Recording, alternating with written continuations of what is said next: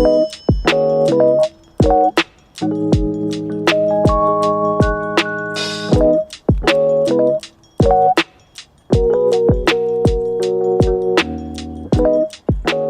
most mornings, I either get my full workout in for the day, or I at least try to get some kind of movement in. And it started out because I was trying to burn calories, which we've learned recently, you don't really burn that many calories in regards to your total daily calorie burn in your workouts. But it evolved into something else, which I'll share in a minute. I think a lot of people, they, on one hand, want to get healthier, want to work out, want to move more. But then they look at their current life now and they're like, I don't feel that bad.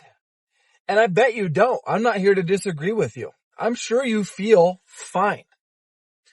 Like for me, on the days that I don't move in the morning, I feel fine until I work out. Like I don't feel bad.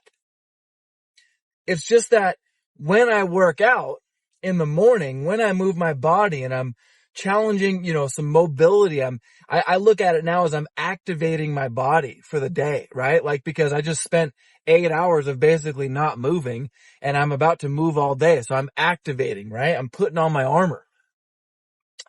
I feel better. And I think it's a subtle shift in mindset, but it's not that cause if you were to feel terrible, of course you would probably be more inclined to want to move more, right? Like in terms of, I want to get out of how I feel. The other part of that, when you feel terrible, is that the irony is it actually makes you want to move less. So there's that as a side note. But I'm saying if you were in a terrible spot physically and you're just sick of it, that is usually when we want to move, or in terms of I want to get out of how I feel right now. But most of us are kind of in what I call the miserable middle, where you maybe don't feel amazing, but you also don't feel terrible. And I think this also speaks to just how adaptable the human body really is. You can adapt to lower and lower levels of function, and you could be in serious chronic pain every day and you feel it, but you learn how to get around it because you still have a life to live. And so for those of you that maybe you don't feel terrible, I want to say a couple things. Number one, you don't have to wait to feel terrible to start moving, because some people do. Move now because you can, and because if you don't, one day you may not be able to. You probably won't be able to. And the other thing is, even though you don't feel bad, don't you want to feel better? Because that's actually best case scenario.